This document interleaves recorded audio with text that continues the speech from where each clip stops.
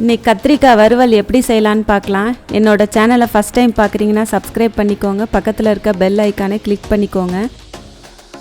வறுவல் செய்கிறதுக்கு இந்த மாதிரி பிஞ்சு கத்திரிக்காயாக எடுத்துக்கலாம், நல்லாயிருக்கும். நான் 1/2 கிலோ எடுத்திருக்கேன். இதுக்கு ஒரு மசாலா ரெடி பண்ணிக்கலாம். 1 டேபிள் ஸ்பூன் தனியா, 1 டேபிள் ஸ்பூன் சோம்பு, 1 டேபிள் ஸ்பூன் ஜீரகம், 1 டேபிள் ஸ்பூன் மிளகு, 1 டேபிள் ஸ்பூன் ஆலிவ் விதை எடுத்திருக்கேன், ஃப்ளாக்ஸீடு.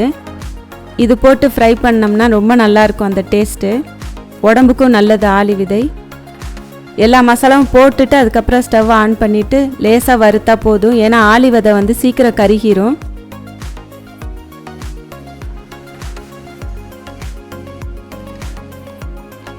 சூடு ஆறின பிறகு மிக்ஸி ஜாரில் போட்டு பொடி பண்ணிக்கலாம். இந்த மாதிரி பொடி பண்ணி எடுத்துக்கலாம்.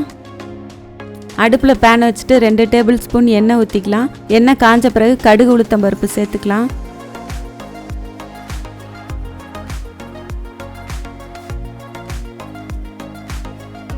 கடுகு நல்லா பொரிஞ்சு வரட்டும். 2 பெரிய வெங்காயம் பொடியை கட் பண்ணி வச்சுருக்கிறத எண்ணெயில் சேர்த்துக்கலாம். சேர்த்துட்டு நல்லா வதக்கி விடணும், பச்சை ஸ்மெல் போகிற வரைக்கும். ஒரு தக்காளி பொடியை கட் பண்ணி வச்சுருக்கிறத சேர்த்துக்கலாம். கொஞ்சமாக கருவேப்பிலை போட்டுக்கலாம். போட்டுட்டு வதக்கி விடணும்.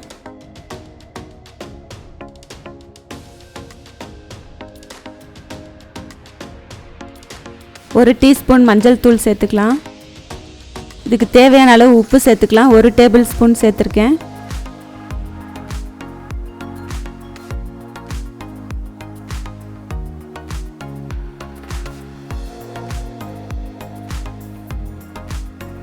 தக்காளி நல்லா குழஞ்ச பிறகு நம்ம கட் பண்ணி வச்சுருக்க கத்திரிக்காயை அதோட சேர்த்துக்கலாம்.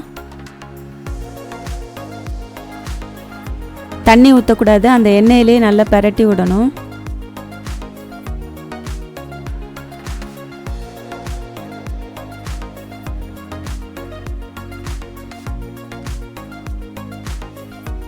ஒரு டேபிள் ஸ்பூன் தனி மிளகாய் தூள் சேர்த்துக்கலாம்.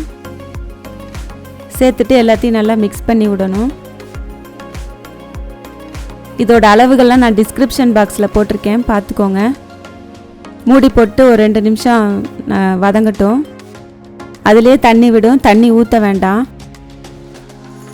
மூடி போட்டு அப்பப்போ எடுத்து இந்த மாதிரி கிளறி விட்டுட்டே இருக்கணும். இது சாம்பார் சாதம், தயிர் சாதம், இதுக்கெல்லாம் ரொம்ப நல்லாயிருக்கும். திரும்ப மூடி போட்டு வச்சிடலாம். கத்திரிக்காய் நல்லா வதங்கிடுச்சு. அடுப்பை சிம்மில் வச்சுட்டு மூடி போட்டு வேக வைக்கணும்.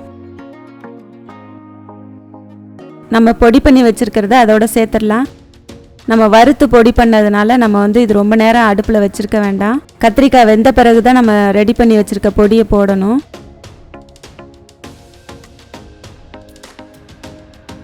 நம்ம ரெடி பண்ணி வச்ச பொடியை போட்ட பிறகு 2 நிமிஷம் வதக்கி விடணும்.